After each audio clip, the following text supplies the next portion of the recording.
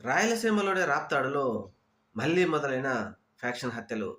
ఇప్పటివరకు ప్రశాంతంగా ఉన్నటువంటి రాప్తాడులో ఈ ప్రభుత్వం కూటమి ప్రభుత్వం ఏర్పడిన తర్వాత మళ్ళీ ఫ్యాక్షన్ హత్యలు మొదలయ్యాయని చెప్పేసి ఇప్పుడు ప్రజలు పెద్ద ఎత్తున విమర్శిస్తున్నారు. ముఖ్యంగా రాయలసీమలోని రాప్తాడులో వైఎస్ఆర్‌సీపీ పార్టీకి సంబంధించిన నాయకుడు రైతు.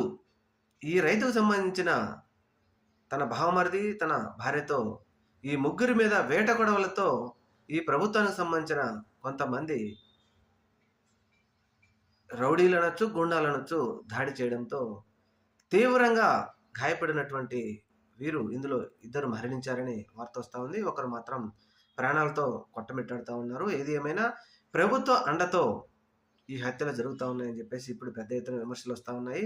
మనకు తెలిసిందే 2024 సార్వత్రిక ఎన్నికల్లో కూటమి ప్రభుత్వం అధికారంలోకి వచ్చిన తర్వాత ఫ్యాక్షన్ హత్యలే గాదు, వైఎస్ఆర్‌సీపీ పార్టీ నాయకులు, అభిమానులు, కార్యకర్తల మీద జరుగుతున్న హత్యలు మనం చూస్తూనే ఉన్నాం.